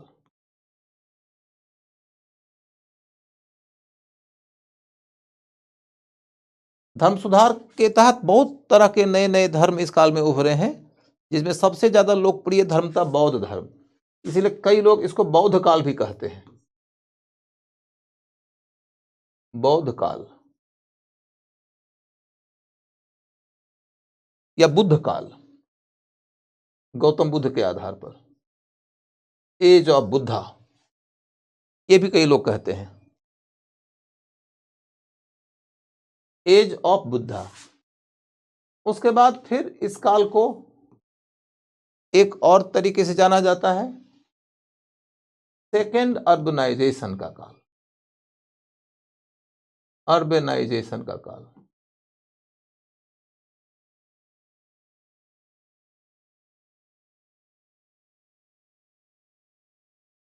द्वितीय नगरीयकरण का काल।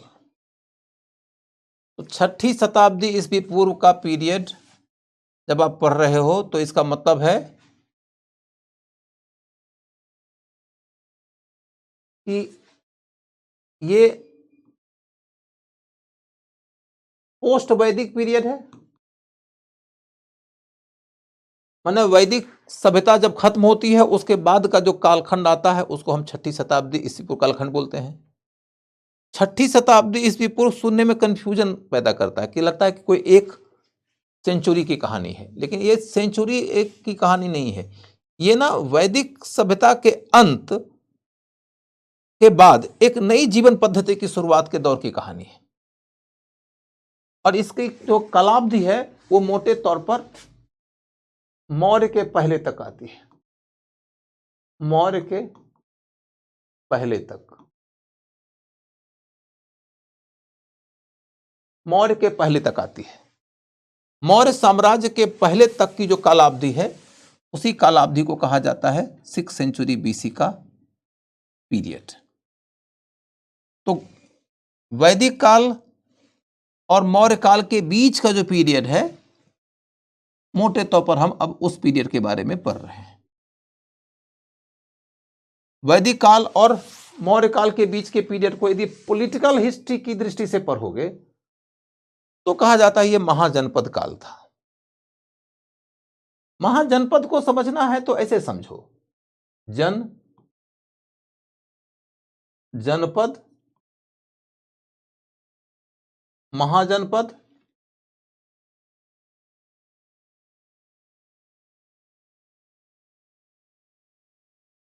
साम्राज्य। जनपद, महाजनपद और साम्राज्य। जन माने क्या? जन माने कबीला, जन माने कबीला।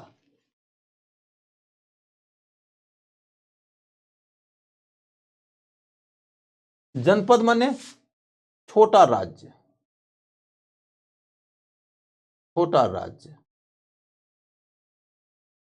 महाजनपद माने कई जनपदों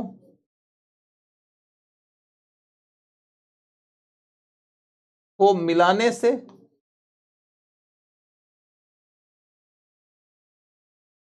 बना कई सारे छोटे छोटे राज्यों को मिला दिया तो महाजनपद बन गया। कई सारे छोटे छोटे जनपदों को मिला दिया गया तो एक महाजनपद बना। और जब उन जैसे कई सारे महाजनपदों को मिला दिया गया तो एक साम्राज्य बना। 6th सेंचुरी बीसी के दौर में कुल 16 महाजनपद थे। तो अब आपको कहानी समझ में आए, जनपद, महाजनपद,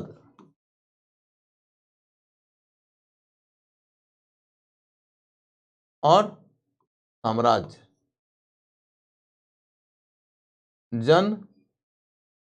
जनपद, महाजनपद और साम्राज्य, इसको समझो। जब आप ऋग्वैदिक साहित्य को पढ़ोगे ना तो उससे पता चलेगा कि लोगों की पहचान का आधार उनका जन्म होता था। किसी से पूछोगे कि तुम कौन हो भाई, आप कौन हो, तो लोग आपको यह बताएगा कि मैं त्रित्सु जन का हूं, मैं भरत जन का हूं, मैं कुरु जन का हूं, मैं पुरु जन का हूं, मैं कृवि जन का हूं। मतलब जन माने कबीला। लोग बताएगा कि मैं किस कबीले से हूं। जैसे कि आज के तिथि में तो यदि तुमको कोई पूछेगा कि तुम कौन हो तो मैं भारतीय हूं। हमारी पहचान क्या है? भारतीयता। हम इंडियन हैं, यह हमारी पहचान है। इंडियन है इसलिए क्योंकि इंडिया एक ऐसा ज्योग्राफिकल क्षेत्र है जो स्थिर है और वहीं पर हम लोग रहते हैं। लेकिन ऋग्वेद को पढ़ोगे तो पता चलेगा कि उस दौरान लोगों का जो जीवन था ना वो खाना बदोश था, खाना बदोश जीवन था। ऋग्वैदिक काल के दौरान लोगों का जीवन खाना बदोश था और खाना बदोश होने के नाते वो कभी X जगह पर है, कभी Y जगह पर है, कहीं A जगह पर है, कहीं B जगह पर है। तो जिनका एरिया रोज बदलता रहता है, क्या वो अपनी पहचान अपने एरिया से बनाएंगे? जो रोज बदल जाए वो पहचान का आधार कैसे हो सकता है भाई? जो रोज बदलता रहता है वो आपकी पहचान का आधार नहीं बन सकता है। आपकी पहचान का आधार क्या होगा? तो जो स्थिर है। इसलिए लोग की पहचान उनके जन से होती थी।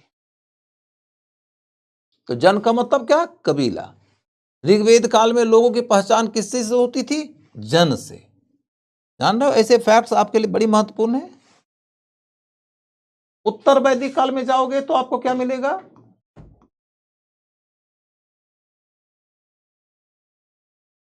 उत्तर वैदिक काल में जाओगे तो क्या मिलेगा? उत्तर वैदिक काल में जब आप जाओगे तो आपको क्या मिलना है? जनपद। जनपद माने जहां जन का पद माने पैर, पद टिक जाए, जहां जन का पद टिक जाए उसे क्या बोलते हैं?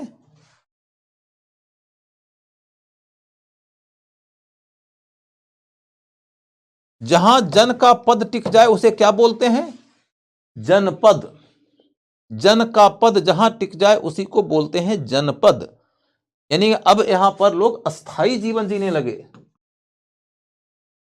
अस्थाई जीवन जीने लगे, और इस वजह से इसको हमने जनपद कह दिया। जनपद का मतलब आज के डेट में यदि तुम समझना चाहो, आज के रेफरेंस से समझ जाओगे, एक डिस्ट्रिक्ट के बराबर का एरिया। तो ये उत्तर वैदिक काल के राजा लोग जब शासन करते थे ना, तो उस दौर के राजाओं का राज्य क्षेत्र कितना बड़ा होता था? तो जितना एक जिला। अब तुम समझो ना, महाभारत के बारे में तुम लोग कहानी सुनते होगे, महाभारत के बारे में तुम लोग कहानी सुनते होगे कि भाई जो हस्तिनापुर वाले लोग थे उनका साम्राज्य तो इतना बड़ा था कि पूछो मत, बहुत बड़ा साम्राज्य। कितना बड़ा? हस्तिनापुर का साम्राज्य कितना बड़ा था? हस्तिनापुर के बगल में पांडवों ने बसा लिया था इंद्रप्रस्थ। इंद्रप्रस्थ कितना बड़ा? दिल्ली में तो है इंद्रप्रस्थ। और बगल में पांचाल का इलाका जहां से द्रौपदी आई थी, कहां ज्यादा दूर है? तो आसपास में ही तो सब थे, 2-3-4 डिस्ट्रिक्ट बहुत बहुत, तो और क्या। तो कुल मिलाकर देखो तो इन सब का साम्राज्य उतना बड़ा नहीं होता था जितना बड़ा आपको साहित्य को पढ़ने से महसूस होता है। आपको लगता होगा कि पता नहीं शायद ये अमेरिका से ज्यादा बड़ा होगा, या आपको लगता होगा कि ये सोवियत संघ से भी ज्यादा बड़ा होगा। ऐसा नहीं था। तो जनपद माने एक जिला के बराबर। महाजनपद का मतलब हुआ कि जिसमें कई सारे जिला के बराबर के जो राज्य थे, जो जनपद थे, उनको एक राज्य के अधीन कर दिया। ऐसा हो सकता है ना कि कई सारे जनपद हैं, एक दूसरे से लड़ते भिड़ते रहते हैं, इसमें से ये ज्यादा ताकतवर निकल गया तो पड़ोसी को जीत लिया, दूसरे पड़ोसी को जीत लिया, ये बड़ा हो गया, बड़ा हुआ तो और भी 2-3 लोगों को जीत लिया, तो ये महाजनपद हो गया, महाजनपद हो गया। ऐसे ही हुआ। जब आप 6ठी शताब्दी ईस्वी पूर्व के दौर में जाओगे तो देखोगे कि उस दौर में कुल 16 महाजनपद थे। 16 महाजनपद थे। इन्हीं 16 महाजनपदों में से एक महाजनपद था मगध। मगध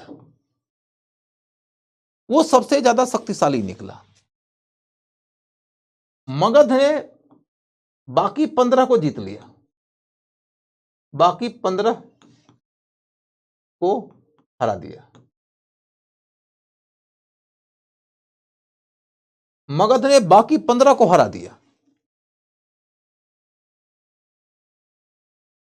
अब गौर करके देखो आप कि जब मगध के शासकों को देखोगे कि जब वो सबको हरा रहे थे, तो उनमें से एक है हर्यक वंश। हर्यक वंश है। वैसे ही फिर और भी कुछ वंश आया है, उसके बारे में अभी नहीं बताऊंगा। एक वंश आया है नंद वंश। नंद वंश,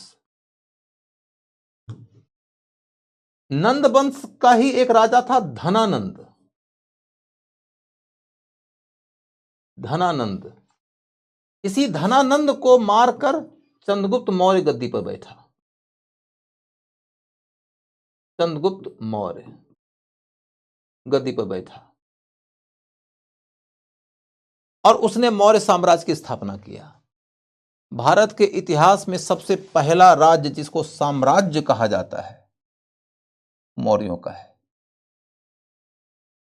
अब साम्राज्य के तहत उनके राज्य का विस्तार कितना था वो तो अभी नहीं कराऊंगा, लेकिन आप इतनी बात समझ लीजिए कि मौर्यों के राज्य क्षेत्र को साम्राज्य कहा जाता है और उन्हीं को भारत में पहला साम्राज्य निर्माण करने का क्रेडिट दिया जाता है।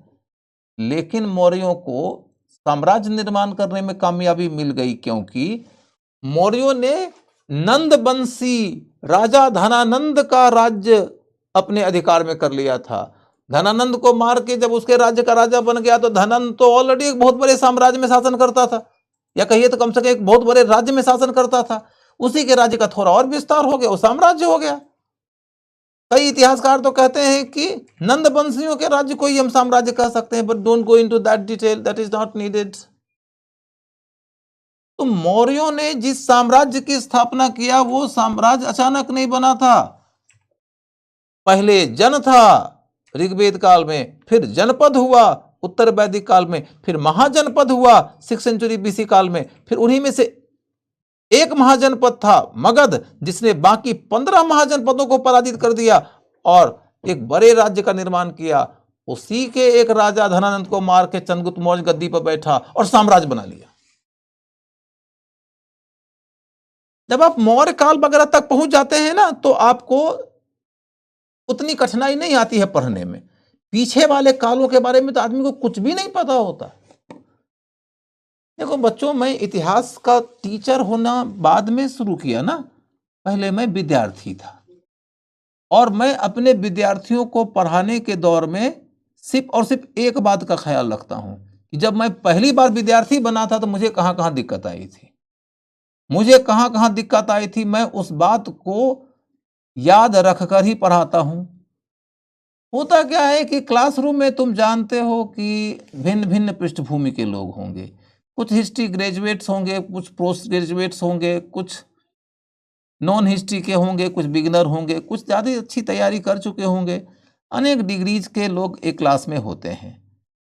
आपको शुरुआती दौर में 2 से 3 दिनों तक इतना समय निवेश करना ही पड़ेगा ताकि कोई भी टीचर जिस सब्जेक्ट को पढ़ा रहा है उस सब्जेक्ट के अंदर वह इतना बैकग्राउंड दे दे कि जिसके बाद जब वो टॉपिक को पढ़ाना शुरू करे तो उसके क्लास को उसका बच्चा मजे में समझे। 2-3 दिनों का टाइम यदि आप इन्वेस्ट करने के लिए तैयार नहीं हो तो फिर तो इसका मतलब है कि आप अपने ही एग्जाम की तैयारी में सीरियस नहीं हो।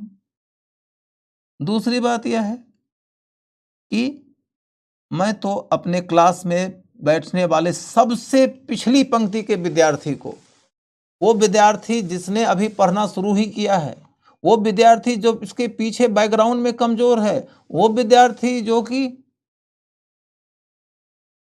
हिस्ट्री कभी नहीं पढ़ा है, मैं उसका हाथ पकड़ के चलूंगा क्योंकि मुझे उसे भी छोड़ना नहीं है। लेकिन जिस विद्यार्थी को ये यकीन है कि उसकी गति अच्छी है, जिसको ये यकीन है कि उसकी कैपेसिटी अच्छी है, उसे 2 दिनों के अंदर कैपेसिटी का अंदाजा लग जाएगा। यानी कि उसे भी अंदाजा लग जाएगा कि हाँ, यदि उसकी गति अच्छी है तो उसकी गति के मुताबिक चीजें मिल जाएंगी उसे। लेकिन पहले 2 दिन में गति दूंगा तो ठीक नहीं है, पहले 2 दिन में गति नहीं दूंगा। आज के क्लास में मैं बेटा मानकर चलता हूं, देखो मैं 20 वर्षों से यही काम कर रहा हूं। मैं अपनी गति, अपनी योजना, अपना कार्यक्रम एकदम ठोस बनाता हूं, एकदम ठोस। प्रयोग करके थोड़े ना पढ़ा रहा हूं तुम लोग को, एकदम ठोस बनाता हूं। आज आधा घंटा 40 मिनट का टाइम और मिलता तो मैं ये परिचयात्मक क्लास खत्म कर देता आपका, लेकिन अब तो टाइम आपका बीत गया तो वो नहीं करा सकूंगा। कल लगभग आधे घंटे का टाइम आपका इस पे लगेगा, लेकिन मैंने आपको कहा है कल के क्लास की सिर्फ और सिर्फ एक क्लैरिटी और कुछ नहीं, सिर्फ एक क्लैरिटी। कल आपका परिचयात्मक टॉपिक खत्म होने के अलावा पाषाण काल का टॉपिक खत्म हो जाएगा। इसके अंतर्गत जितने भी क्वेश्चन आ सकते हैं आपके एग्जाम में, उतने क्वेश्चंस आपका मैं कंप्लीट करा दूंगा, तो नो प्रॉब्लम। आज का क्लास, मैं बीटेक का स्टूडेंट हूं, लास्ट ईयर 4 ईयर, ठीक है बेटा। तो सिंसियरली सोचना है, गंभीरतापूर्वक सोचना है। मुझसे पढ़ो, मेरे अनुभव का लाभ लो। जीएस में, पीटी की पढ़ाई में मैं कोई ऐसा ज्ञान तुमको नहीं देने जा रहा हूं जिस ज्ञान को मैं तुम्हारे सामने उड़ेल दूं और तुम उसी उड़ेले हुए ज्ञान के दरिया में डूब जाओ। That is not my purpose. मेरा पर्पस सिंपल है। यदि मैं 20 वर्षों से पढ़ा रहा हूं और लाखों स्टूडेंट को पढ़ाया और हजारों को पास कराया, तो मैं उस अनुभव से तुमको पढ़ाऊंगा।